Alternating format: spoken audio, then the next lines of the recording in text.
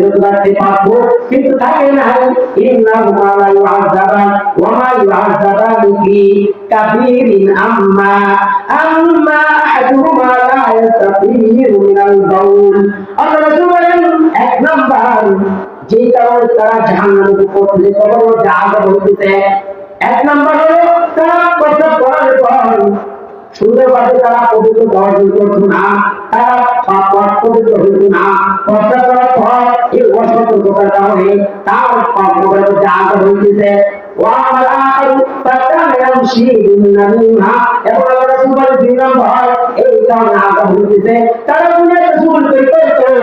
একজনের কথা আরেকজনের মধ্যে লাগিত, এর মধ্যে একটা ভঙ্গ লাগাই দিত। এই সুগুল তৈরি করার কারণে আল্লাহ তাআলা তার উপরে আঘাত দিতেছেন। এই জন্য আল্লাহ রাসূল বলেন লা ইয়াদখুলুল জান্নাতা হাত্তা সুগুল তো জান্নাতে প্রবেশ করবে না। এই জন্য সুগুল তৈরি করা যাবে না, অজু করার পর পবিত্রতা অর্জন করতে হবে।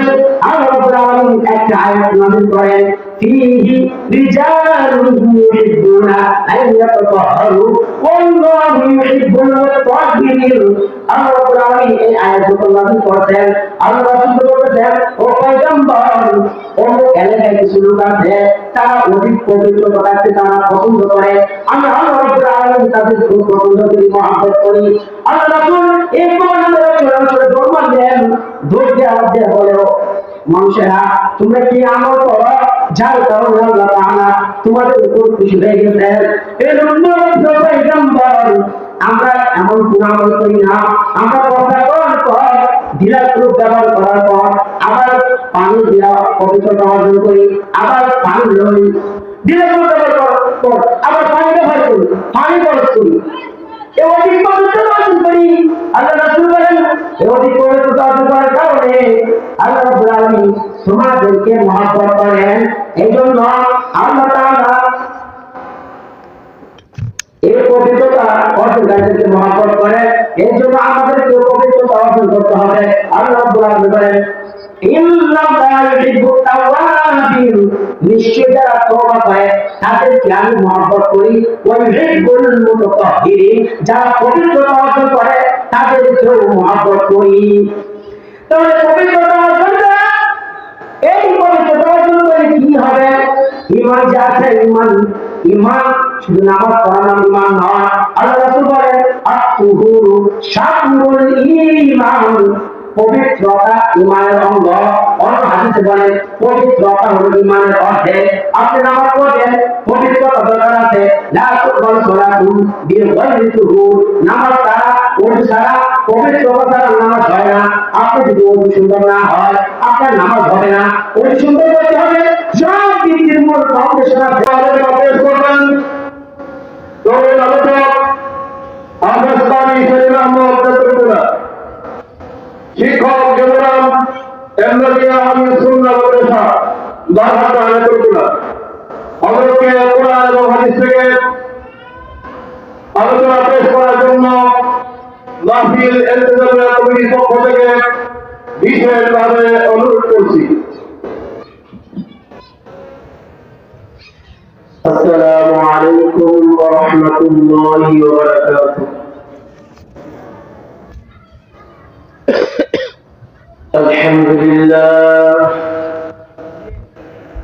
الحمد لله الذي علم القرآن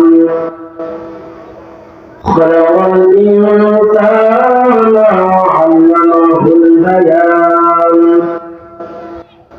والصلاة والسلام على سيدنا محمد الذي جعل في عبادة الأوثان إلى عبادة الرحمن.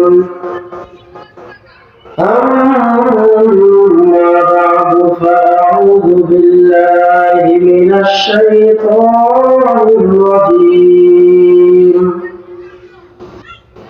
بسم الله الرحمن الرحيم.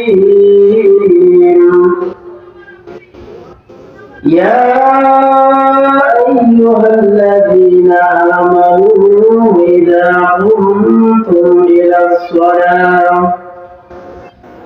إذا قمتم إلى الصلاة فاغسلوا وجوهكم وأيديكم إلى المرافق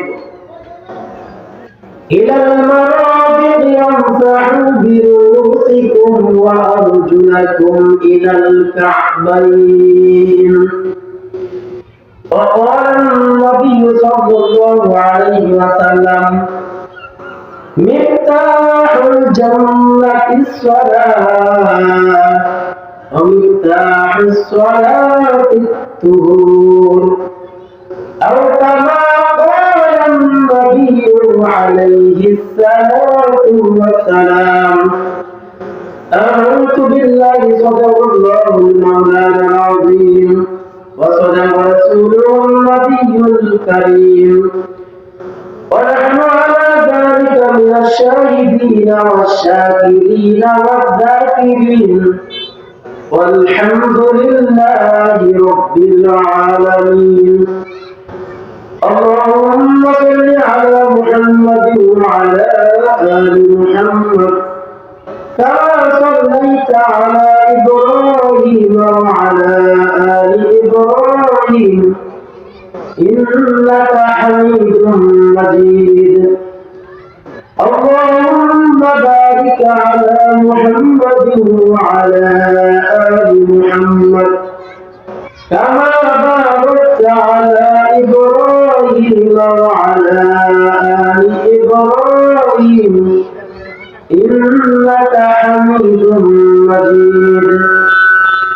سبحانك لا علم لنا إلا ما علمتنا إنك أنت العليم الحكيم.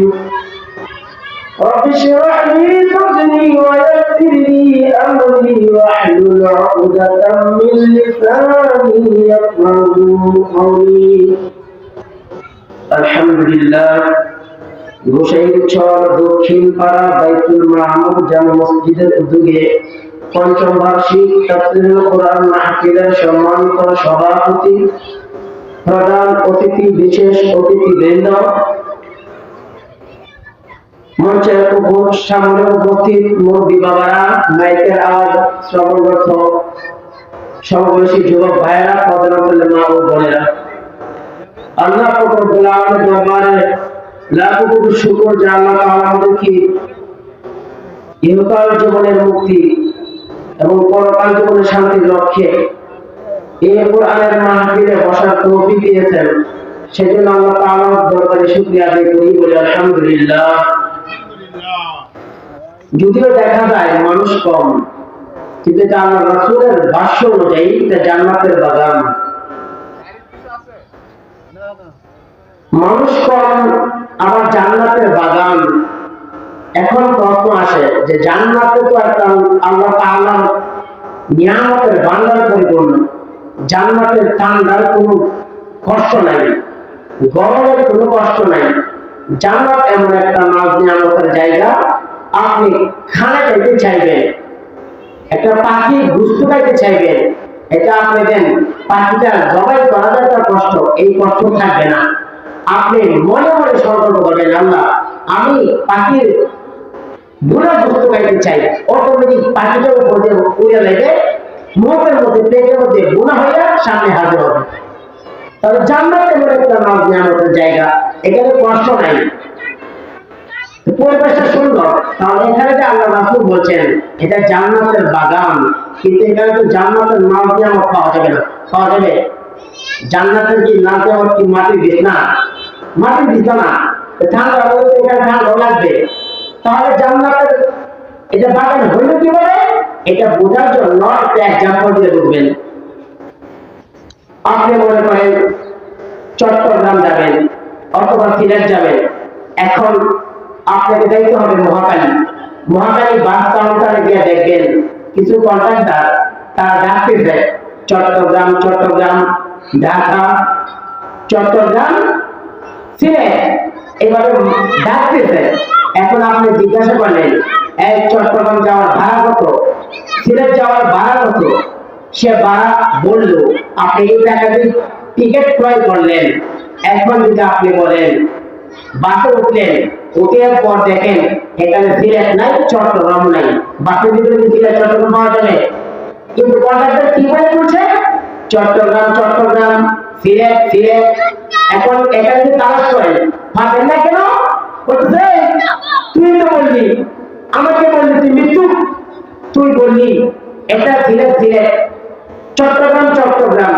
তোর কথা অনুযায়ী আমি টিকিট ক্রয় করলাম, এখন ভিতরে চট্টগ্রাম নাই কেন, সিলেট নাই কেন? এখানে তো কিছু সিট পড়ে আছে, চেয়ার আছে না? কিছু চেয়ার আছে খালি, এখানে তো সিলেট শহর নাই, চট্টগ্রাম শহর নাই। আমাকে ধোঁকাবাজি করলি কেন? কন্ট্রাক্টর বলছে ভাই বোকা, এটা তো চট্টগ্রাম, টিকিট ক্রয় করতে ঠিক আছে, কিন্তু বাসের ভিতরে চট্টগ্রাম পাবেন না, সিলেট পাবেন না। এখানে যদি আপনি বসতে পারেন, একটু অপেক্ষা করেন, সময় বেশি লাগলেও, রাস্তায় যদি অ্যাক্সিডেন্ট না হয়, সময় বেশি লাগলেও আপনি গন্তব্যস্থান সিলেট অথবা চট্টগ্রাম পৌঁছাতে পারবেন। আল্লাহ রাসূল বলেছেন জান্নাতের বাগান, এখানে জান্নাতের নাম নিয়ামত পাওয়া যাবে না, কিন্তু এটা জান্নাতে যাওয়ার মাধ্যম। এখানে যদি আপনি ঈমান নিয়ে বসতে পারেন, আল্লাহ রাসূলের বাক্য অনুযায়ী যে ব্যক্তিটা এখানে বসলো এবং শেষ পর্যন্ত থাকলো, তার পিছনে গুনাহ খাতাকে মাফ করে দেওয়া হবে। সুবহানাল্লাহ। তাহলে জান্নাতের বাগান, এরকম একটা নাম নিয়ামত পাইছি। আগামী কালকে মাহফিল হবে না, মহল্লার ভিতরে মাহফিল হবে না, আজকে মাহফিল হইতেছে। এরকম বরকত থেকে আমরা কেউ মাহরুম থাকবো না, আমরা কেউ মাহরুম হবো না। আমরা এলাকার যারা যুবক ভাইরা আছেন, বৃদ্ধ বাবারা আছেন, আজকে দিনে একটু কষ্ট করেন, প্যান্ডেলের ভিতরে আইসা পড়েন। আপনারা কষ্ট করে প্যান্ডেলের ভিতরে আইসা পড়েন। তাহলে নাম নিয়ামত পাওয়ার পরে কি করতে হয়? শুকরিয়া আদায় করতে হয়। শুকরিয়া আদায় করলে আল্লাহ তাআলা নাম নিয়ামত বাড়ায় দিবেন। আল্লাহ তাআলা নাম নিয়ামত বাড়ায় দিবেন। মুসা আলাইহিস সালাম আল্লাহর সাথে কথা বলেন, তোর পাড়ি দিয়া আল্লাহর সাথে কথা বলেন। রাস্তার মধ্যে একটা লোক দেখতে পাইলেন, তার হাত নাই পা নাই। এমন লোক আছে না, হাত নাই পা নাই? আছে। আমরা হাত আল্লাহ তাআলা দিয়েছেন, পা দিয়েছেন, চক্ষু দিয়েছেন, এই জন্য আমরা বুঝি না আল্লাহ তাআলার নাজ নিয়ামত কি, এটা বুঝি না। আমরা যদি নাজ নিয়ামত শুধু টাকা পয়সা, ধন দৌলত ক্ষমতা, এগুলো যদি আমাদের নাজ নিয়ামত, কিন্তু আল্লাহ আমাদের চক্ষু দিয়েছেন, হাত দিয়েছেন, পা দিয়েছেন, এক একটা নিয়ামত। আল্লাহ তাআলা বলে এই নাজ নিয়ামত তোমাদেরকে দিছি, এটা তোমরা নাজ নিয়ামতের শুকরিয়া আদায় করে শেষ করতে পারবে না। তাহলে আমাদের আল্লাহ তাআলা নিয়ামত দিয়েছেন। মুসা পয়গম্বরের যুগে একটা লোক হাত নাই পা নাই, এমন একটা বড়ি ভরে আছে। মুসলমানকে দেখিয়া আল্লাহর সাথে যদি কথা বলবেন, এই লোকটা মুসলমানকে উল্লেখ করে বলেছেন, ইয়া আইনা ইয়া নবী আল্লাহ, ও পয়গম্বর মুসা আপনি কোথায় যান? মুসলমানকে জবাব দেন, ইলা তুরি মুকাল্লিমাল্লাহ, তুর পাহাড়ে যাই আল্লাহর সাথে কথা বলার জন্য। এই লোক বলতে মুসা পয়গম্বর আল্লাহ তাআলার কাছে যাবেন, আমার কাজ কি আল্লাহ তাআলার কাছে সত্যি পারবেন কিনা, বলো কি তোমার আবদার? এই লোকটা বলতেছে মুসা পয়গম্বর আমার হাত নাই পা নাই, আল্লাহ আমাকে কেন বানাইছেন? মানুষকে বানাইছেন তো একটা উদ্দেশ্য নিয়ে বানাইছেন। আল্লাহ তাআলা বলেন, ওয়া মা খালাকুতুল জিন্না ওয়াল ইনসা ইল্লা লিয়াবুদুন। আল্লাহ রাব্বুল আলামিন মানুষ এবং জিনকে বানাইছেন একমাত্র ইবাদত করার জন্য, দাসত্ব করার জন্য। আল্লাহ তাআলা আমাকে হাত দেন নাই পা দেন নাই, আল্লাহ তাআলা আমাকে কেন বানাইছেন?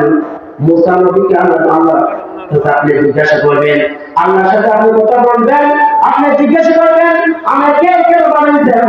মুসা নবী আল্লাহর সাথে কথা বলতে চলতেছে, এক পর্যায়ে বলতেছে, আল্লাহ তোমার বান্দা তার হাত নাই পা নাই, কেন তাকে তুমি বানাইছো সে জানতে চায়।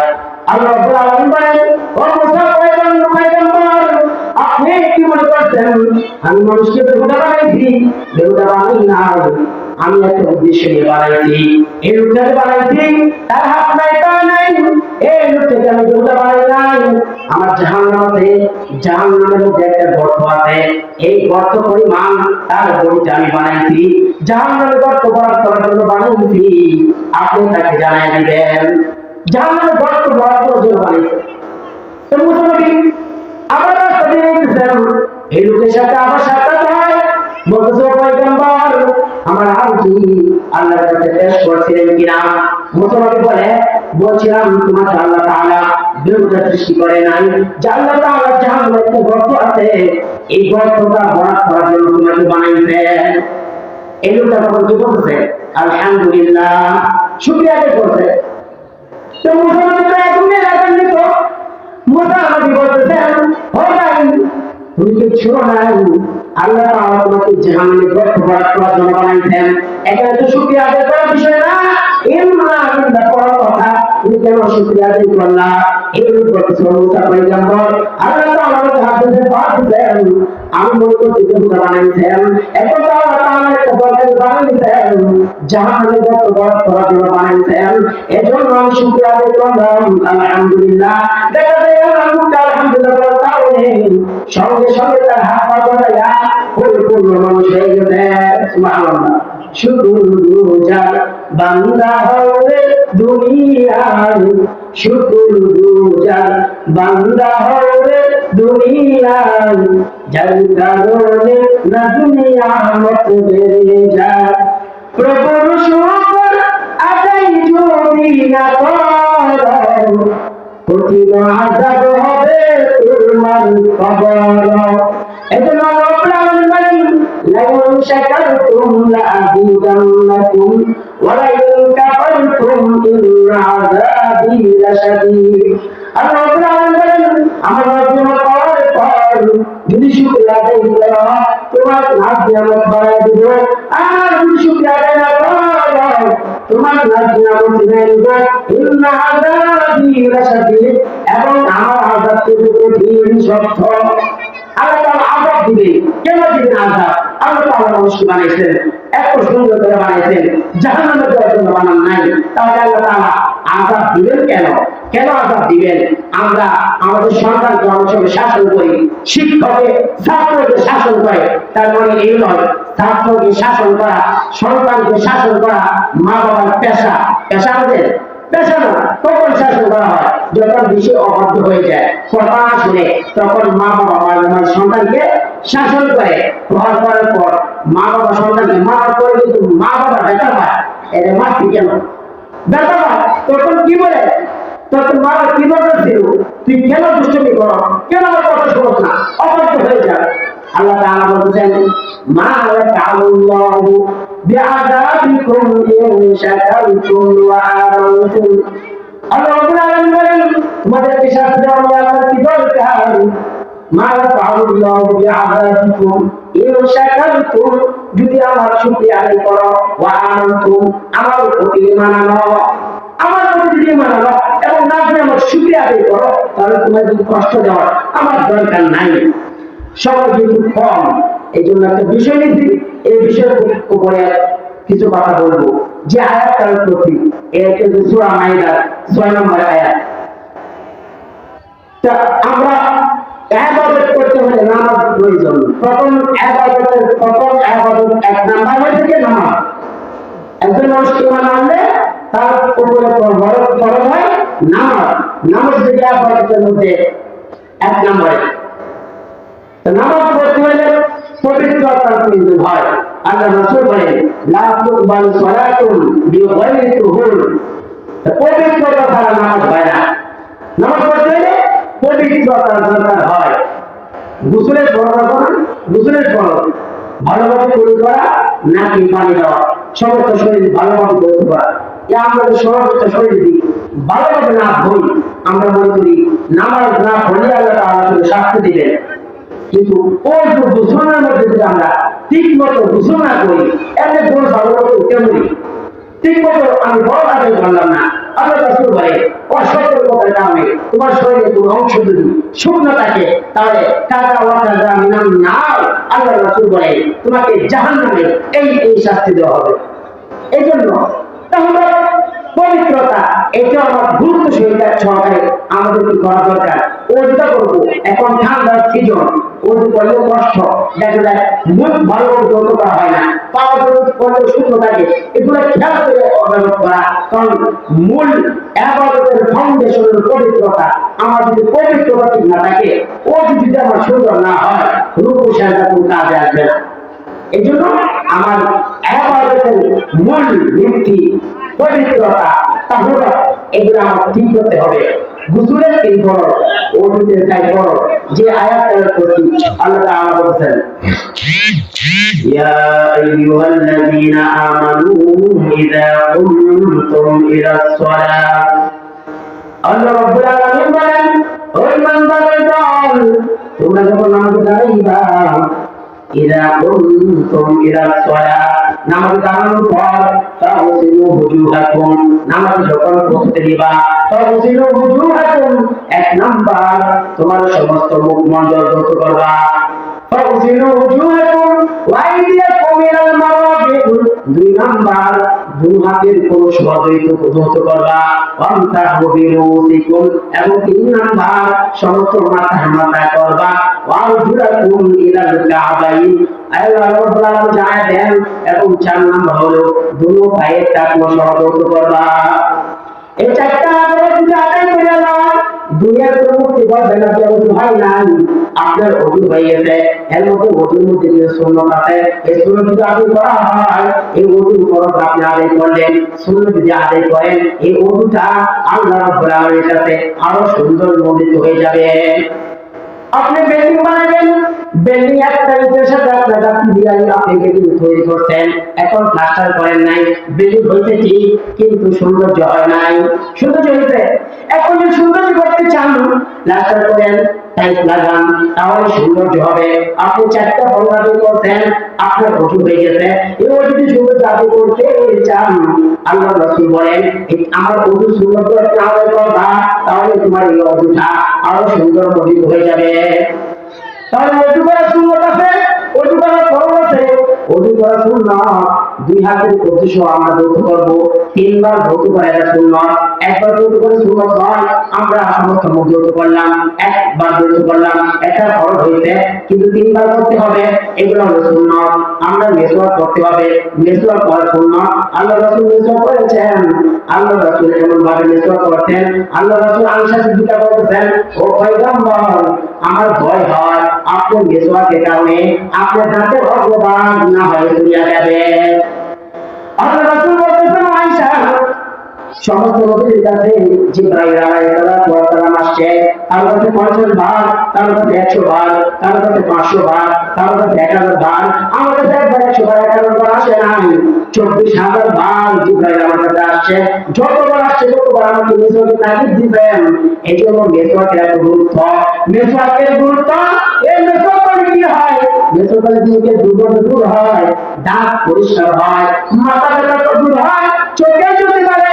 আল্লাহ রাসূল বলেন, যারা নিয়মিত মিসওয়াক করবে, এই মিসওয়াক করার কারণে তার মৃত্যুর সময় কালিমা নসিব হবে। সুবহানাল্লাহ। তো মৃত্যুর সময় আমরা কালিমা নসিব করতে চাই, মিসওয়াকের গুরুত্ব আমরা করতে হবে। এই মিসওয়াকের আমল শুধু আমাদের নবী নয়, আমাদের নবী নয় শুধু, সমস্ত নবীদের সুন্নাত ছিল চারটা। এক নাম্বার আল হায়া, এক নাম্বার আল হায়া, সমস্ত নবীদের সুন্নাত ছিল চারটা। এক নাম্বার আল হায়া, সমস্ত নবীরা ছিল লজ্জাশীল, লজ্জাশীল সমস্ত নবীরা ছিল আল হায়া। দুই নাম্বার আত-তাআত্তুর, সমস্ত নবীরা সুগন্ধি ব্যবহার করত, সুগন্ধি সমস্ত নবীদের প্রিয় ছিল। আল্লাহ রাসূল সুগন্ধি ব্যবহার করেছেন, যে রাস্তা দিয়ে আল্লাহ রাসূল যেতেন, এই রাস্তাটা সুগন্ধি মুখরিত হয়ে যেত। আল্লাহ রাসূল যদি সকালবেলা যেত, বিকাল পর্যন্ত এই রাস্তাটা মুখরিত হয়ে যেত। কোন একদিন বাচ্চার মাথা যদি আল্লাহ রাসূল হাত বুলাইতেন, তার মাথা থেকে সুগন্ধিত হইতো। আল্লাহ রাসূলের এই সুগন্ধি এত প্রিয়, আম্মা আয়েশা সিদ্দিকা রাদিয়াল্লাহু তাআলা বলেন, আল্লাহ রাসূলের এই সুগন্ধি এত প্রিয় হওয়ার কারণে আল্লাহ রাব্বুল আলামিন আল্লাহ রাসূলের শরীর থেকে সুগন্ধি জারি করে দিতেন। সুবহানাল্লাহ। ইয়া আল্লাহ রাসূল যখন ঘুমায় যাইতেন, আম্মা আয়েশা সিদ্দিকা বলেন, গরমের সময় আল্লাহ রাসূল যখন ঘুমাইতেন, শরীর ঠান্ডা হয়ে যেত, জাম মোবারক আমি এনে পারতাম না, শিশির মধ্যে ভরে রাখতাম। আর যখন বিরাট অনুষ্ঠান হইতো, মহিলারা আল্লাহ রাসূলের দাম মুবারক সুগন্ধি হিসাবে নিয়ে যেত, বিবাহ অনুষ্ঠানে সুগন্ধি ব্যবহার করত আল্লাহ রাসূলের দাম মুবারক। এই জন্য সুগন্ধি আল্লাহ রাসূলের প্রিয়। আল্লাহ রাসূলের শরীর থেকে শুধু সুগন্ধি আমাদের ধান দুর্গন্ধ, আল্লাহ রাসূলের শরীরে দুর্গন্ধ নয়, আল্লাহ রাসূলের দাম মুবারক মানুষের সুগন্ধি হিসাবে শরীরে ব্যবহার করে। সুবহানাল্লাহ। তবে সমস্ত নবীদের সুন্নাত ছিল একটা, এক নম্বর আল্লাহ হায়া সুরাচিশীলতা, দুই নম্বর তাআফুফ সুগন্ধি ব্যবহার করা, তিন নম্বর নিকা বিরাশাদি করা বিবাহ করা রাসূলের সুন্নাত, সমস্ত নবীদের সুন্নাত। আর তাআফুফ আর চার নম্বর আত্মীয় মেসওয়াক করা, সমস্ত নবীদের সুন্নাত ছিল মেসওয়াক করা। এই জন্য মেসওয়াক করবো হযরত আলী রাদিয়াল্লাহু তাআলা বলেন, মানুষের চলাচলের জন্য রাস্তা আছে, রাস্তা পরিষ্কার করতে হয়। আল্লাহ তাআলা বলেন মানুষের চলাচলের রাস্তা পরিষ্কার করতে হয়, ঝাল দিতে হয়। কোরআনের রাস্তা আছে, এই রাস্তা দিয়ে কোরআন চলাচল করে, মানুষের মুখ দিয়ে চলাচল করে। সিনাপথ যারা হাফেজ, যারা কোরআন পড়া করে, এই সিনার ভিতর থেকে কোরআন এই মুখ দিয়ে যায়। এই জন্য রাস্তা পরিষ্কারের জন্য মেসওয়াক করো, মেসওয়াক। এই মেসওয়াকের এত ফজিলত, এই মেসওয়াক আল্লাহ রাসূল করেছেন, সমস্ত নবীরা করেছেন। এই মেসওয়াকের সুন্নাত, এই সুন্নাত তুমি ওযুর মধ্যে আদায় করো। অন্য নামাজ ইবাদত ওযু করবা, ওযু করার পর একটা ফরজ আদায় করবা, একটা ফরজের সওয়াব পাইবা। কিন্তু মেসওয়াক করার কারণে তুমি যদি এই নামাজটা পড়বা, এটা 70 জন দীর্ঘ সওয়াব তোমার আমলনামায় দেওয়া হবে। সুবহানাল্লাহ। এই জন্য মেসওয়াকের গুরুত্ব। 3 নম্বর মেসওয়াক করা এবং 3বার কুলি করা, 3বার নাকের ভিতরে পানি দেওয়া, সমস্ত মুখের বা দোয়া, দুই হাতের কোন সঠিক বা দোয়া, মাথা করা, কান মাথা করা, গর্দন মাথা করা, দুর্বার কান সঠিক বা দোয়া, দুর্বার আঙ্গুল খেয়াল করা, এটি জিজ্ঞাসা সুন্নাত, ওজুর সুন্নাত। তাহলে ওজুর ফরজ সুন্নাত আছে, নামাজের ফরজ সুন্নাত আছে। নামাজের ফরজ বাইরে এবং ভিতরে 13 ফরজ। আমরা শুধু মাদ্রাসায় পড়াই নামাজের বাইরে ভিতরে 13 ফরজ, আমাদের বক্তব্যের ছাত্ররা পড়ে নামাজের বাইরে ভিতরে 13 ফরজ। এটা মনে করছেন এটা কোরআন হাদিসে মনে হয় নাই। নামাজের ভিতরে এবং বাইরে 13 ফরজ কোরআন এবং হাদিসে একত্রিত পাইবেন না। এটা ফকিহগণ, আমাদের ইমামগণ, ইমাম আবু হানিফা রাহমাতুল্লাহ আলাইহি আমাদের বিষয় করার জন্য একত্রিত করছেন নামাজের ভিতরে এবং বাইরে 13 ফরজ, নামাজের বাইরে হলো 7 ফরজ। এটা কোরআন হাদিস থেকে নির্দেশ করে একত্রিত করছেন। নামাজের বাইরে হলো 7 ফরজ। এক নাম্বার শরীর পাক। এই শরীর পাকের কথা আল্লাহ রাব্বুল আলামিন পবিত্র কোরআনে বলেছেন, ওয়া ইন কুনতুম জুনুবান ফাতাহহারু। আল্লাহ রাব্বুল আলামিন বলেন তোমরা যখন অপবিত্র হয়ে যাও, পবিত্র হওয়ার জন্য তোমরা গোসল করো, গোসল। তাহলে এক নম্বর শরীর পাক, দুই নম্বর কাপড় পাক। আল্লাহ রাব্বুল আলামিন এই কাপড় পাকের কথা কোরআনে বলেন, ওয়া সিয়াবাকা ফাতাহহির। ও পয়গম্বর আপনার কাপড়টা পবিত্র করেন। তাহলে এক নম্বর শরীর পাক, দুই নম্বর কাপড় পাক, তিন নম্বর জায়গা পাক। এই জায়গা পাকের কথা আল্লাহ রাব্বুল আলামিন পবিত্র কোরআনে বলেন, ওয়াইদনা ইলা ইব্রাহিম ওয়া ইসমাঈল। আল্লাহ রাব্বুল আলামিন ইব্রাহিম এবং ইসমাঈলকে এই নির্দেশ দিয়েছেন, ওয়াইদনা ইলা ইব্রাহিম ওয়া ইসমাঈল আন তুহিরা বাইতিয়া। ওয়া ইব্রাহিম এবং ইসমাঈল আন তুহিরা বাইতিয়া, আল্লাহর ঘরটা পবিত্র করেন। আন তুহিরা বাইতিয়া লিতাইবিন, কেন পবিত্র করবেন? লিতাইবিন, আল্লাহ বান্দা রাখবে, তরকারি রাখবে, তরকারির জন্য ঘরটা পবিত্র করেন। ওয়ালা আকিফিন, যারা একাকার করবে তাদের জন্য ঘরটা পবিত্র করেন। ওয়া রুকআ সুজুদ, এবং যারা রুকু করবে সিজদা করবে তাদের জন্য এই ঘরটা পবিত্র করেন। তাহলে এক নম্বর শরীর পাক, দুই নম্বর কাপড় পাক, তিন নম্বর জায়গা পাক, চার নম্বর ছোট ঢাকা। এই ছোট ঢাকার কথাও আল্লাহ রাব্বুল আলামিন পবিত্র কোরআনে বলেন, ইয়া বানি আদম খুযু যিনাতাকুম ইনদা কুল্লি মাসজিদ। আল্লাহ রাব্বুল আলামিন বলেন, ও বনি আদম তোমরা যখন নামাজে দাঁড়াইবা, সাজসজ্জা পোশাক করো, সাজসজ্জা পোশাক করে দাঁড়াইবা। এখন তো আমাদের নামাজের ভিতরে সাজসজ্জা পোশাক নাই। শ্বশুর বাড়ি যাবো, এই জন্য সাজসজ্জা পোশাক ইস্ত্রি করে আয়োজন করে ঘরের ভিতরে রাখা। যখন শ্বশুর বাড়িতে যাওয়া হবে এই সাজসজ্জা পোশাক নিয়ে যাওয়া হবে, কিন্তু মসজিদে আসার সময় গেঞ্জি করে আসা বলে, গেঞ্জি করে আসা বলে, অথচ শ্বশুর বাড়ি গেঞ্জি করে না। ফাঁকি করে যায়। তো নামাজ আসতে গেল ফজিলতি আল্লাহ তাআলা বলছেন তোমরা সাজসজ্জার পোশাক পরো, নামাজে আসতে গেল সাজসজ্জার পোশাক আনেন না, এটা শ্বশুরবাড়ির জন্য রাখেন। আল্লাহ তাআলা নির্দেশ দিয়েছেন সাজসজ্জার পোশাক পরো, এক নম্বর শরীর পাক, দুই নম্বর কপাল পাক, তিন নম্বর জায়গা পাক, চার নম্বর সফর দেখা, পাঁচ নম্বর বেগমকে হওয়া। এই বেগমকে হওয়ার কথা পবিত্র কোরআনে আল্লাহ তাআলা বলেন ফাওয়াল্লু ওয়াজহাকা শাতরাল মাসজিদিল হারাম। আল্লাহ রাব্বুল আলামিন বলেন তোমরা বেগম করিয়া নামাজ দাঁড়াইবা। তোমার সিনাকে কেমন করে দিবা, কেমন করে নামাজ পড়া এবং ৬ নম্বর অর্থমত নামাজ পড়া। এই অর্থমত নামাজ পড়ার কথা আল্লাহ রাব্বুল আলামিন এই পবিত্র কোরআনে বলেছেন। আল্লাহ রাব্বুল আলামিন বলেন ইন্নাস সালাতা কানাত আলাল মুমিনিনা কিতাবান মাওকুতা। আল্লাহ রাব্বুল আলামিন জানেন আমাদের ও ঈমানদাররা নিশ্চয়ই ঈমানদারের উপর নির্ধারিত টাইমে নামাজ পড়া ফরজ। নির্ধারিত টাইমে নামাজ পড়তে হবে। আপনি দুনিয়াদারি কাজ করতেছেন, সারাদিন আপনি কাজ করলেন, সারাদিনের নামাজ গুলা জোরের নামাজ আসরের নামাজ একত্রিত জমায় রাখলেন, রাত্রে মাগরিবের নামাজ জমায় রাখলেন, এশার সময় সারাদিনের নামাজ কাজা করলেন। এটাকে নির্ধারিত টাইমে নামাজ পড়ে না, এটা নির্ধারিত টাইমে নামাজ নয়। আপনি দুনিয়াদারি করবেন, কাজ করবেন, কাজ করা নিষেধ নয়, কিন্তু নামাজ পড়তে হবে। আল্লাহ রাব্বুল আলামিন এটা বলে নাই শুধু নামাজ পড়ো আমি রিজিক তোমার মুখে দিয়া দেব। আল্লাহ রাব্বুল আলামিন বলেন ফাইদা বুদিয়াতিস সালাত ফান্তাশিরু ফিল আরদ। তোমরা নামাজ পড়ো, নামাজ পড়ার পর জমিনে তালাশে রিজিকের তালাশে জমিনে ছড়ায় পড়ো। তোমাদেরকে বলা হয় নাই মসজিদে জিকির করবা, এখানে রিজিক দেওয়া হবে। তোমাদেরকে বলা হয়েছে নামাজ আদায় করবা, এরপর জমিনে ছড়ায় পড়বা, জমিনে ছড়ায় পড়ার পর রিজিকের তালাশে ছড়ায় পড়বা। কিন্তু আমরা এমন হয়ে গেছে আল্লাহর নির্দেশ আদেশ এগুলা মানি না, এগুলা মানি না। কেন মানি না? মনে করি আমরা যদি আমরা অনশন তালাশ না করি, নামাজ জেলে যা নামাজ রাখতে করতে পারবো, কিন্তু রিজিকের কাজ তো দিয়ে রাখতে পারবো না। বেশি বুঝতেছে আল্লাহ বলতেছে তোমরা কাজ করো, তারপর নামাজ পড়ো, এরপর জমিনে ছড়ায় পড়ো। কিন্তু আমরা নামাজ খাইতে দিয়ে জমিনে ছড়ায় পড়ি, এই জন্য তো ঘর নামাজের ঘাটতি হয়ে যায়, অনাবৃষ্টি শিলাবৃষ্টি বন্যার পানিতে এগুলো চলে যায়। কেন যায়?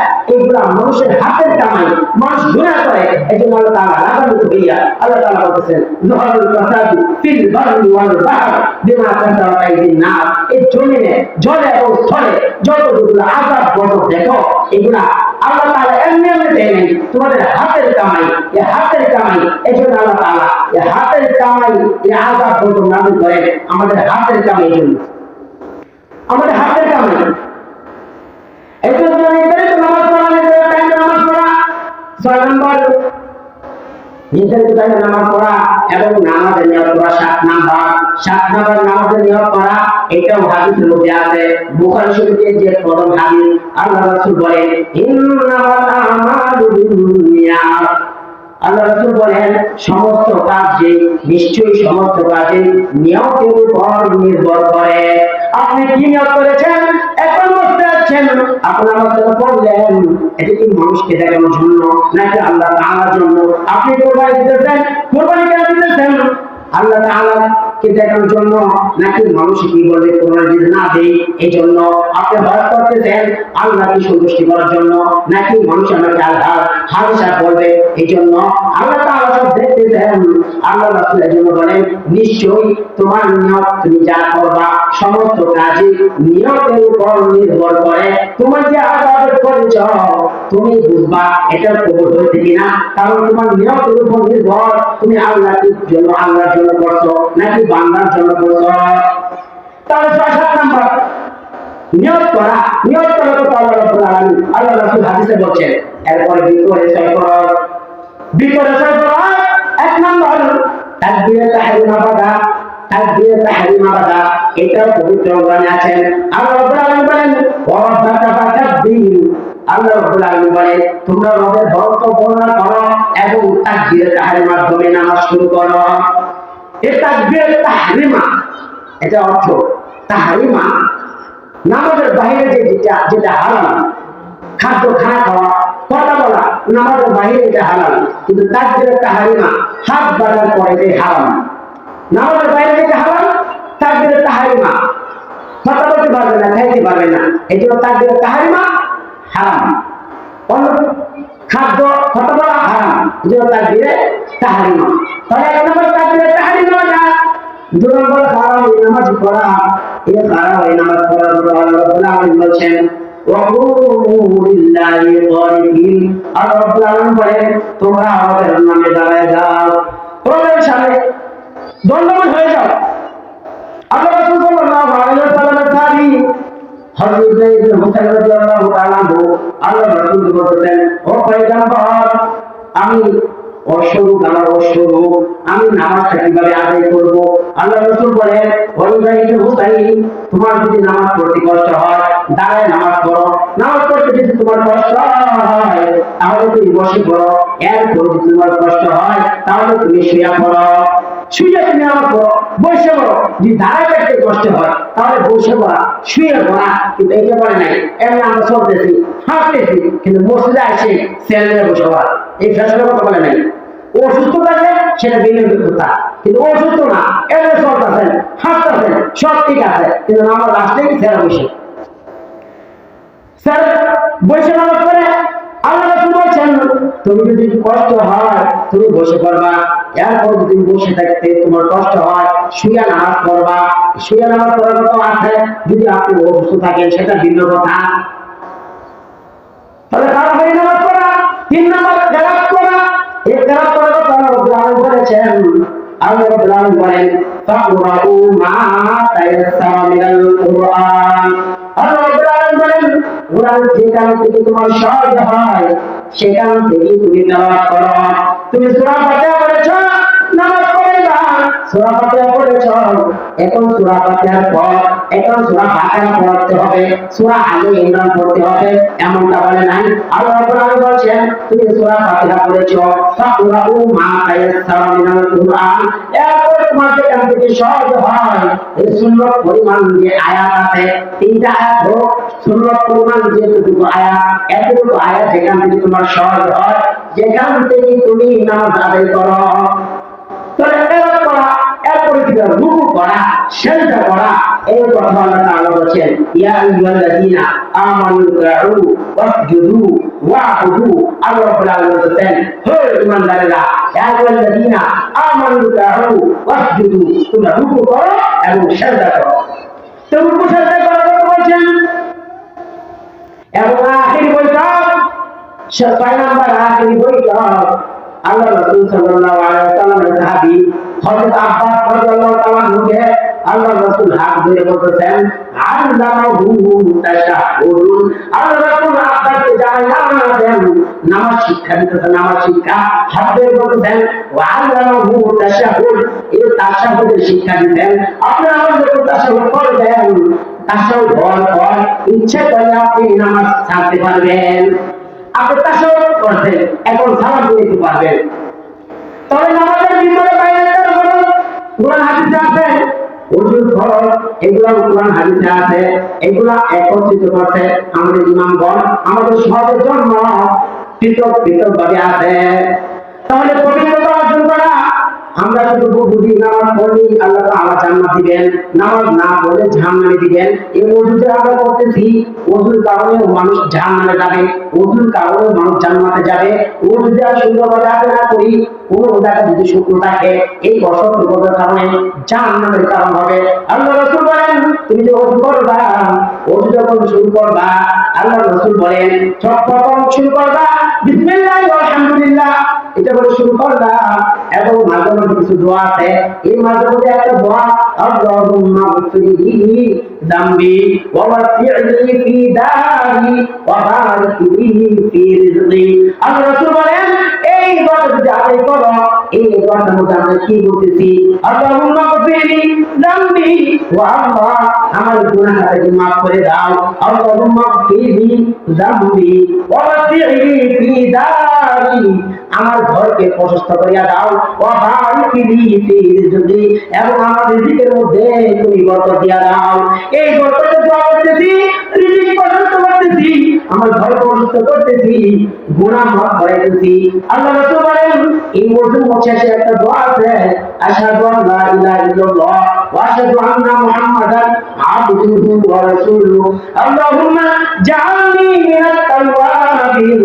আল্লাহ তাআলা বলতেছে আল্লাহুম্মা জাআলনি মিনাত তাওয়াবিন, ওয়া আল্লাহ আমাদেরকে যারা তওবা করে তওবাকারীদের দলভুক্ত বানায় দাও, ওয়া জাআলনি মিনাল মুতাতাহহিরিন, এবং যারা পবিত্রতা রক্ষা করে পবিত্রতা অর্জন করে তাদের দলভুক্ত আমাদেরকে বানায় দাও। আল্লাহ রাসূল বলেন এই ওযু শেষে কেউ যদি এই দোয়াটা আদায় করে তার জন্য বিচার নয়, আপনার জান্নাতের দরজায় তার জন্য খুলে দেওয়া হবে। সুবহানাল্লাহ। তার ওযুর মাধ্যমে জান্নাতের দরজা খুলতে পারতেছে। তো ওযু যদি আমার সুন্দর না হয়, এই ওযু যদি আমার সুন্দর না হয়, এজন্য আমাকে ধ্যান দিতে হবে। আল্লাহ রাসূল দুটি কবরের পাশে দেখতেছেন, সাহাবায়ে কেরাম আল্লাহ রাসূলের সাথে এই কবরের পাশে যাওয়ার পর আল্লাহ রাসূল বলেন ইন্নাহু আলা ওয়া'যাবান। আল্লাহ রাসূল বলেন ও সাহাবায়ে কেরামের দল, ওই যে কবর দুটো দেখতেছো এই দুটোর মধ্যে ইন্নাহু আলা ওয়া'যাবান, এই দুটোর মধ্যে আযাব হইতেছে, এই দুটো কবরে আযাব হইতেছে। এই আযাব কোন বড় গুনাহ কারণে নয়, সামান্য ছোট গুনার কারণে ইচ্ছা করলে এই গুনাহ থেকে তারা বিরত রাখতে পারত, কিন্তু থাকে না। ইন্নাহু লা ইউআযাবান ওয়া মা ইউআযাবানি ফি কাবীরিন আম্মা আহাদুহুমা লা ইস্তাতিরু মিনাল বাউল। আল্লাহ রাসূল বলেন এক নাম্বার যে কারণে তারা জাহান্নামে পড়তে কবর আযাব হইতেছে, এক নাম্বার হলো তারা প্রস্রাব করার পর সুন্দরভাবে তারা পবিত্র অর্জন করতো না, তারা পবিত্র হইত না। প্রস্রাব করার পর এই অসতর্কতার কারণে তার কবরের মধ্যে আযাব হইতেছে। ওয়াল আখিরু ফাতানা ইয়ামশি বিন্নামিমা, এবং আল্লাহ রাসূল বলেন দুই নম্বর এই কারণে আযাব হইতেছে তারা দুনিয়াতে সুবুল করতে একজনের কথা আরেকজনের মধ্যে লাগিত, এর মধ্যে একটা ভঙ্গ লাগাই দিত। এই সুবুল করার কারণে আল্লাহ তাআলা তাদের উপরে আযাব দিতেছেন। এজন্য আল্লাহ রাসূল বলেন লা ইয়াদখুলুল জান্নাতা হাত্তা, সুবুল করে জান্নাতে প্রবেশ করবে না। এজন্য সুবুল করে যাবে না, ওযু করার পর পবিত্রতা অর্জন করতে হবে। আল্লাহ রাব্বুল আলামিন একটা আয়াত নাযিল করেন ফীহি রিজালুন ইউহিব্বুনা আন ইয়াতাতাহহারু ওয়াল্লাহু ইউহিব্বুল মুতাহহিরিন। আল্লাহ রাব্বুল আলামিন এই আয়াতগুলো নাযিল করেছেন। আল্লাহ রাসূল বলেছেন ও পয়গম্বর, অমুক এলাকায় কিছু লোক আছে তারা অধিক পবিত্রতা রাখতে তারা পছন্দ করে, আমি আল্লাহ রাব্বুল আলামিন তাদের খুব পছন্দ করি, মহব্বত করি। আল্লাহ রাসূল এই কোরআনের চূড়ান্ত প্রমাণ দেন, ধৈর্য আল্লাহ বলেও মানুষেরা তোমরা কি আমল করো যার কারণে আল্লাহ তাআলা তোমাদের উপর খুশি হয়ে গেছেন। এই পয়গম্বর, আমরা এমন গুনাহ করি না, আমরা কথা করার পর ঢিলাসুলভ ব্যবহার করার পর আবার পানি দিয়া পবিত্রতা অর্জন করি, আবার পানি লই, ঢিলাসুলভ ব্যবহার করার পর আবার পানি ব্যবহার করি, পানি খরচ করি, এ অধিক পবিত্রতা অর্জন করি। আল্লাহ রাসূল বলেন এই অধিক পবিত্রতা অর্জন করার কারণে আল্লাহ রাব্বুল আলামিন তোমাদেরকে মহব্বত করেন। এজন্য আল্লাহ তাআলা এই পবিত্রতা অর্জনকারীদেরকে মহব্বত করে, এর জন্য আমাদেরকে পবিত্রতা অর্জন করতে হবে।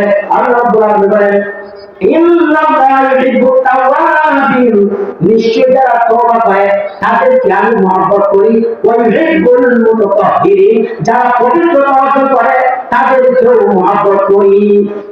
তাহলে পবিত্রতা অর্জন করা, এই পবিত্রতা অর্জন করে কি হবে? ঈমান যে আছে, ঈমান শুধু নামাজ পড়া নাম ঈমান নয়। আল্লাহ রাসূল বলেন আত-তুহুরু শাতরুল ঈমান, পবিত্রতা ঈমানের অঙ্গ। অন্য হাদিসে বলেন পবিত্রতা হলো ঈমানের অর্ধেক। আপনি নামাজ পড়েন, পবিত্রতা দরকার আছে। লা তুকবালু সালাতুন বিগাইরি তুহুর, নামাজ ছাড়া, ওযু ছাড়া, পবিত্রতা ছাড়া নামাজ হয় না। আপনি যদি ওযু সুন্দর না হয় আপনার নামাজ হবে না। ওযু সুন্দর করতে হবে, সব ভিত্তির মূল ফাউন্ডেশন আছে, ঘরের ফাউন্ডেশন যদি মজবুত না হয়, এখানে যদি আপনি দশতলা ফাউন্ডেশন করেন, এই ঘর বসে যাবে। আপনার যদি আমাদের ফাউন্ডেশন সুন্দর না হয়, তাহলে রূপসাইটা করবেন, এটা কবুল করা হবে না। এই জন্য আমাদের সুন্দর বানাইতে হবে।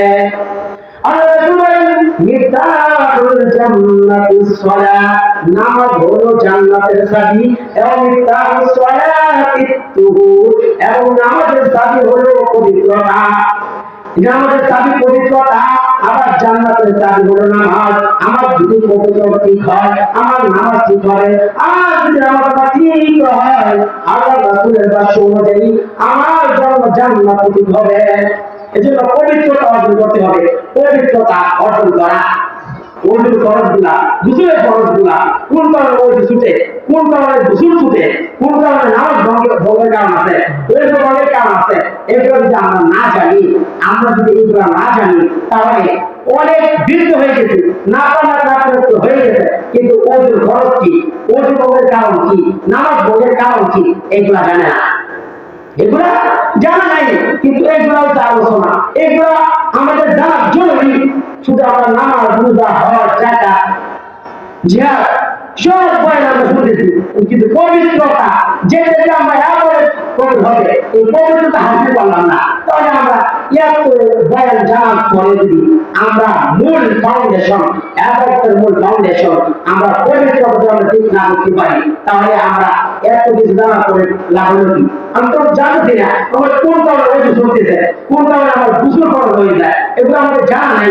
এই জন্য গুসল ফরজ হয়ে যায় কোন কারণে, ওজু কেমন আছে, গুসলের ফরজ আছে, ওই কিন্তু মারদ আও আলা সাফারি আও জা আহাদুম মিনকুম মিনাল গায়ব আও লা মাসুল নিসা ফালা তাজমান।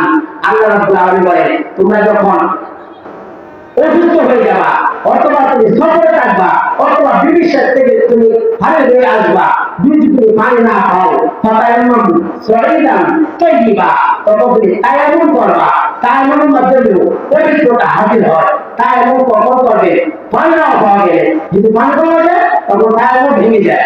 আল্লাহ রাসূল সাল্লাল্লাহু আলাইহি ওয়াসাল্লাম তায়াম্মুম করার জন্য ওজু করার জন্য চাইবেন, সামনে পানি আছে, এরপর ওজু করতেছেন, তায়াম্মুম করতেছেন, সাহাবায়ে কেরাম পয়গম্বর সামনে তো পানি আছে, এরপরেও কেন তায়াম্মুম করলেন? কারণ তায়াম্মুম ভঙ্গের কারণ আছে, পানি যুক্ত পাওয়া যায়, তায়াম্মুম ভেঙে যায়। আপনি তায়াম্মুম কেন করলেন? আল্লাহ রাসূল বলেন, ও সাহাবায়ে কেরামের দল, পানি পর্যন্ত আমি যাইতে পারবো, আমার নিশ্চয়তা নাই, কখন মালাকুল মউতের সাথে সাক্ষাৎ হয়ে যায় কেউ কখনো জানে না। এটা আমাদেরকে শিক্ষা দেন, আমরা যেন সবসময় পবিত্রতা হাসিল করি। আমরা রাসূল সাল্লাল্লাহু আলাইহি ওয়াসাল্লাম যখন মেরাজে গেলেন, বেলালের জুতার আওয়াজ শুনতে পাইলেন। আল্লাহ রাসূল জিবরাইলকে বললেন, ও জিবরাইল, বেলালের জুতার আওয়াজ কেন জান্নাতের মধ্যে শোনা যায়? বলতেছে, আপনি বেলাল কেন কত করবেন? দুনিয়াতে আসার পর আল্লাহ রাসূল বেলালকে বলতেছে, ও বেলাল, তুমি কি আমল করো যার কারণে তোমার জুতার আওয়াজ শুনতে পাইলাম? বেলাল রাদিয়াল্লাহু তাআলা বললেন, পয়গম্বর, ঈমান আনার পর আমার তেমন কোনো আমল নাই, আমি হলাম গোলাম, হাজির গোলাম, আমার বাবা হলো গোলাম, গোলামের ঘরের গোলাম, আমি হলাম গোলাম, আমার বাবাও গোলাম, আমার তেমন কোনো আমল নাই। তবে একটা আমল, আমার যখন ওজু ছুটে যায়, মানুষ তো ওজু করে না আমাদের জন্য, শুধু আমার জন্য আমি ওজু করি না। যখন আমার ওজু ছুটে যায়, আমাদের তো একটা ঘুমাই দেয়, ঘুম বাঁধার পরে মানুষের ওজু থাকে না, তখন আমি ওজু করে ঘুমাই। এর কারণে আমি ওজু করি, ওজু করার পর তাহিয়াতুল ওজু বিরাকাত নামাজ পড়ি, তাহিয়াতুল ওজু এই নামাজ আদায় করার কারণে আল্লাহ রাসূল বলেন, ও বেলাল, তোমার এই আমল ছাড়বা না। আল্লাহ বেলাল তোমার এই মর্যাদা বাড়াইছেন, তোমার জুতার আওয়াজ আমাকে জান্নাতে শোনায় দিবেন। সুবহানাল্লাহ। আমল করা, এই আমল করে কি লাভ? জান আল্লাহ রাসূল বলেন, মানুষ যে গুনাহ করে, যখন তার চেহারা দ্রুত করা হয়, এই দ্রুত করার সাথে সাথে তার যে চোখের গুনাহ আছে, এগুলো দ্রুত হয়ে যায়। যখন হাত দ্রুত করা হয়, আল্লাহ রাসূল বলেন, শুধু হাত দিয়ে গুনাহ বের হয় এমনটা নয়, তার যে লোক আছে, লোকের ভিতর থেকেও গুনাহের হয়। আমাদের ইমাম আবু হানিফা রাহমাতুল্লাহ আলাইহি যখন ওযু করতেন, তার আধ্যাত্মিক চোখ দিয়া দেখতেছে দুই যুবক ওযু করতেছে, বলতেছে ও যুবক তোমরা জিনার গুনাহ ছেড়ে দাও, আর যদি বলতেছে ও যুবক তোমরা চুরির গুনাহ ছেড়ে দাও। এই দুই যুবক বলতেছে ও আল্লাহর ওলি, আপনি কিভাবে বুঝতে পারলেন আমরা যে জিনা করছি, আর বলতেছে আমরা চুরি করছি, আপনি কিভাবে বুঝতে পারলেন? আমরা তো দুনিয়ার কাউকে বলি নাই।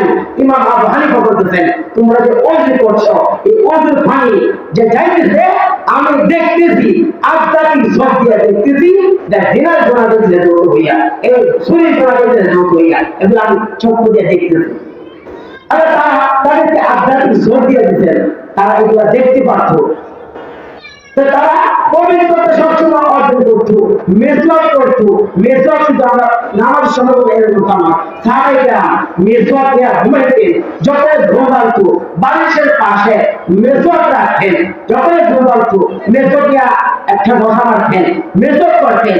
এখন আমাদেরও অভ্যাস, রাসূল সাল্লাল্লাহু আলাইহি ওয়াসাল্লাম সাহাবাইরা তারা আমল করছে মেসওয়াকে, আমরা একটা আমল করি, দুই আর সিগারেটটা আর মেসওয়াকে ঘুমাই, আর সিগারেট নিয়ে ঘুমাই, যখন ঘুম ভাঙে তখন জ্বালাই। তাহলে আমরা রাসূলের উম্মত হওয়ার পর এই আমল একটু করতে পারি না? মেসওয়াক করলে কি কুরবানির মতো কষ্ট হয়? যে কুরবানির জন্য ধরে 1 লাখ 2 লাখ টাকা দিয়া গরু ক্রয় করতে হয়, এই আমলটা করতে হয়। তাহলে মেসওয়াকের এই ফজিলতটা, মেসওয়াকের এই গুরুত্বটা কেন আমরা দিতে পারি না? এটা তো সামান্য। আমরা তো দাঁত পরিষ্কার করি, টুথপেস্ট দিয়ে দাঁত পরিষ্কার করি, পরিষ্কার হয়, কিন্তু সুন্দর আদায় হয় না। একজন ব্রাশ করা হারাম বলি নাই, ব্রাশ করতে পারে, ব্রাশ করে আপনি দাঁত পরিষ্কার লাগে, কিন্তু পাশাপাশি একটা ডাল, নিম ডাল হোক, মেসওয়াক কিনতে পাওয়া যায়, একটা মেসওয়াক রাখবেন। তাহলে মেসওয়াকের লাভটা কি? সবাই তো চায় মৃত্যুর সময় যেন ইমাম নিয়ে কবরে যেতে পারে, এটা সবার চাহিদা, সবার চাহিদা। তাহলে এটা আমার কথা না, আল্লাহর রাসূল বলছেন আমরা যদি রাসূলের উম্মত হয়ে থাকি, রাসূল যেটা বলছেন যে মেসওয়াক আমল করবে, যে মেসওয়াক করবে তার মৃত্যুর সময় ঈমান নিয়ে কবরে যেতে পারবে। তাহলে এইটা তো সামান্য কষ্ট হয় না, একটা ডাল পকেটে রাখতেই হয়, কুরবানিতে কষ্ট হয় না। তাহলে আমরা সবাই পারি না এই মেসওয়াক আমল করতে পারি না? সবাই মেসওয়াক একটা করে রাখবো। শুধু পুরুষেরা মেসওয়াক করবে এমন না, মহিলারা মেসওয়াক করবে। মেসওয়াক সবার জন্যই, এই সব শুধু পুরুষে করবে এমন না, মহিলারা এই সব থেকে যেন মাহারম না হয়, এই জন্য মহিলারা মা বোনেরা আছেন তারাও মেসওয়াক করবে, বাচ্চাদেরকে মেসওয়াক করাবে। মেসওয়াক করলে এটা আমল, তার ভিতরে এই সুন্নাত জারি হওয়ার আমল হবে। আল্লাহ রাসূলের এই সুন্নাত জারি হয়, কারণ আল্লাহ রাসূল বলেন এই সুন্নাত একটা জারি হওয়া আল্লাহর রাস্তায় 70 বার শহীদের মতো আমল হবে। একটা সুন্নাত জারি করা, তাহলে একটা সুন্নাত জারি করা কতটুকু কষ্ট। যে এলাকার মধ্যে সুন্নাত জারি নাই, সে এলাকার মধ্যে বেদাত ঢুকে, যেখানে বেদাত ঢুকে আল্লাহ রাসূল বলেন যে এলাকার মধ্যে বেদাত ঢুকে, এখান থেকে একটা সুন্নাত কিয়ামত পর্যন্ত এই সুন্নাত আর ফেরত দেওয়া হবে না, উঠাই নেওয়া হয়। এই জন্য আমরা সুন্নাতের উপর আমল করবো, রাসূলের উম্মত যেহেতু আমরা সুন্নাতের উপর আমল করবো, আর রাসূলের সবকিছু আমরা ফলো করবো। সুন্নাত আমাদের নাই, আমরা সুন্নাতের দিকে মেসি নেইমারের সুন্নাত আমরা করে, নেইমার কোন স্টাইলে চুল কাটে, এই চুল আমরা কাটি, মেসি কোন স্টাইলে গেঞ্জি পরে, কোন জার্সি পরে, এটা আমরা বলি। তাহলে আমরা মেসির উম্মত দাবিদার, আমরা রাসূলের উম্মত হইতে পারি না। রাসূলের উম্মত কিভাবে হয়? শুধু মুখ দিয়ে বললে আশিক রাসূল বললে হবে না যে আমরা আশিক রাসূল। রাসূলের উম্মত যদি হইতে হয় তাহলে আপনি মেসির উম্মত দাবি করেন, নেইমারের উম্মত দাবি করেন, শুধু মুখ দিয়ে বলে না আমি আর্জেন্টিনার সাপোর্টার, আমি ব্রাজিলের সাপোর্টার, এটা শুধু মুখ দিয়ে বলেন না। এটা কিভাবে প্রকাশ করেন? একটা জার্সি লাগান, জার্সি একটা পরেন, অত নম্বরের জার্সি পরার পরেও আমি শান্ত হই নাই, অত নম্বরে একটা ব্যানার লাগাও, ব্যানার লাগানোর পরেও আমি ব্রাজিলে করি, আর্জেন্টিনায় করি, এরপরে মহব্বত প্রকাশ হয় নাই, মেসির মতো চুল কাটিয়ে দাও, এরপরে আমার প্রকাশ হয় নাই। তো বাড়ির ভিতরে একটা যে বড় একটা গাছ আছে, এই গাছের মধ্যে ওই দেশের একটা পতাকা ঝুলাও, তখন আমার এই দেশের যে মহব্বত এটা আমার প্রকাশ হবে। আমি মেসির সাপোর্টার, আমি ব্রাজিলের সাপোর্টার, তাহলে তুমি নইল আশেক দাবিদার। তুমি জানি রাসূলের আশেক কিভাবে সাইনবোর্ড দাঁড়িয়ে নামে আশেক না, সাইনবোর্ড দেওয়ার নাম রাসূলের আশেক না, আশেক দিকে রাসূলের সুন্নাত যারা মানবে তারা আমাদের আশেক রাসূল, সুন্নি সুন্নি তাদেরকে বলা হয় যারা রাসূলের সুন্নাত মানে, সুন্নাতের উপর আমল করে, তারা হলো সুন্নি। আর যারা সুন্নাত মানে না আর রাসূলের সুন্নাত মনে করে না, শুধু মুখ দিয়ে বলে ভালোবাসি ভালোবাসি, কিন্তু রাসূলের সুন্নাত মানে না, তাদেরকে আশিক রাসূল বলে না। আসলে হইতে হলে আল্লাহ রাসূলের সুন্নাত তার অন্তরে থাকতে হবে, আল্লাহ রাসূলের মাত্র তার অন্তরে থাকতে হবে। আল্লাহ রাসূল যা করছেন, যা থেকে আমাদেরকে নিষেধ করছেন, তা আমাদেরকে করতে হবে। আল্লাহ তাআলা বলেন, ওমা আতাকুমুর রাসূল ফাখুযু ওমা নাহাকুম আনহু ফান্তাহু। আল্লাহ রাব্বুল আলামিন বলেন, আমার রাসূল তোমাদেরকে যা বলে তা করো, ওমা নাহাকুম আনহু ফান্তাহু, যা থেকে তোমাদেরকে নিষেধ করে তা থেকে তোমরা বিরত থাকো। তাহলে আল্লাহ রাসূলের আদেশ আমাদেরকে মানতে হবে, যা থেকে নিষেধ করে তা থেকে আমাদের বিরত থাকতে হবে। তাহলে আল্লাহ রাসূলের উম্মত হিসাবে আমরা পরিচয় দিতে পারবো। এই ঈমান, এই উম্মত, এটা সাইনবোর্ড থেকে বোঝা কিনা যে আপনি ক্ষেতের মধ্যে ধান, আপনি সার দিচ্ছেন, বাগানের মধ্যে সার দিচ্ছেন, এই সার এই ক্ষেতের মধ্যে, এই বাগানের মধ্যে কাজ করছে কিনা, এটা কিভাবে বোঝা যায়? পাঁচটা সিপাহী বুঝেন নাকি কালারে বুঝেন? পাতা সিপাহী বুঝবে না, কালারে বুঝে যায়। আপনি ধান ক্ষেতের মধ্যে সার রোপণ করছেন, সার দিচ্ছেন, সার বায়ু করার কয়েকদিন পর, 15 দিন পর আপনি ধানের পাতা ধীরে ধীরে চাপায় চাপায় ধরেন না, সারটা কম হয়েছে বা বেশি হয়েছে, যে তরকারি নয়, যে লবণটা কম হয়েছে নাকি বেশি হয়েছে, যে টেস্ট করবে। এই সারটা কেমনে দেখবেন? ওই সারের কালারটা কি, আগের সার দিচ্ছি, আগের ক্ষেতের খাবার বা বাগানের খাবার কিরকম ছিল, সার দেওয়ার পরে এই গাছ এই ক্ষেতের মধ্যে এই সার কাজ করছে, এর রং পরিবর্তন হয়েছে কিনা, তখন বোঝা যাবে এই সারের কাজ হয়েছে। আপনি আশেখ রাসূল দাবি করবেন, রাসূলের আশেখ আগেও দাঁড়িয়ে ছিল না, এখনো দাঁড়িয়ে নাই, তাহলে তোমার এই সারের কাজ করে নাই। এজন্য রাসূলের আশেখ দাবি করলে সারের কাজ করতে হবে। এখন বলতে পারেন আল্লাহ রাসূল এক হাদিসে বলছেন, আল্লাহ তাআলা মানুষের চেহারা দেখেন না, মানুষের চেহারা দেখেন না, মানুষের দেখেন অন্তর দেখেন, কলব দেখেন। এজন্য এই হাদিসটা যদি আপনারা বলেন, আল্লাহ রাসূল বলছেন আল্লাহ কারো মানুষের চেহারা দেখেন না, কলব দেখেন। সময় সাজানো সময় তো কলব দেখেন, তাহলে কলব কিভাবে দেখবে, অন্তর কিভাবে দেখবে, এই সার কিভাবে কাজ করছে কিনা, এই খারাপিতে বোঝা যায়। তাহলে আল্লাহ রাসূল বলছেন মানুষ, আল্লাহ রাব্বুল আলামিন মানুষের চেহারা দেখেন না, অন্তর দেখেন। তো মুখের যেহেতু দাঁড়িয়ে নাই, তাহলে চেহারা তো আল্লাহ রাসূল দেখবেন না, আর চেহারা দেখবেন না বুঝলাম। আপনি তাকওয়া হলো আল্লাহর অন্তরের ব্যাপার, তাকওয়া অন্তরের ব্যাপার, আল্লাহকে ভয় করে কিনা, তাই ভয়টা এটা প্রকাশিত হবে শরীরের মাধ্যমে, এই সুন্নতের মাধ্যমে। আমি মাথায় তুলে দিলাম, সুন্নত যারা বললাম, এই সুন্নতের মাধ্যমে মানার মাধ্যমে আল্লাহ রাব্বুল আলামিনের এই কথাগুলো বললাম এবং শুনলাম, প্রত্যেকে আমল করার তৌফিক দান করুন, আমিন। আসসালামু আলাইকুম ওয়া রাহমাতুল্লাহি ওয়া বারাকাতুহু।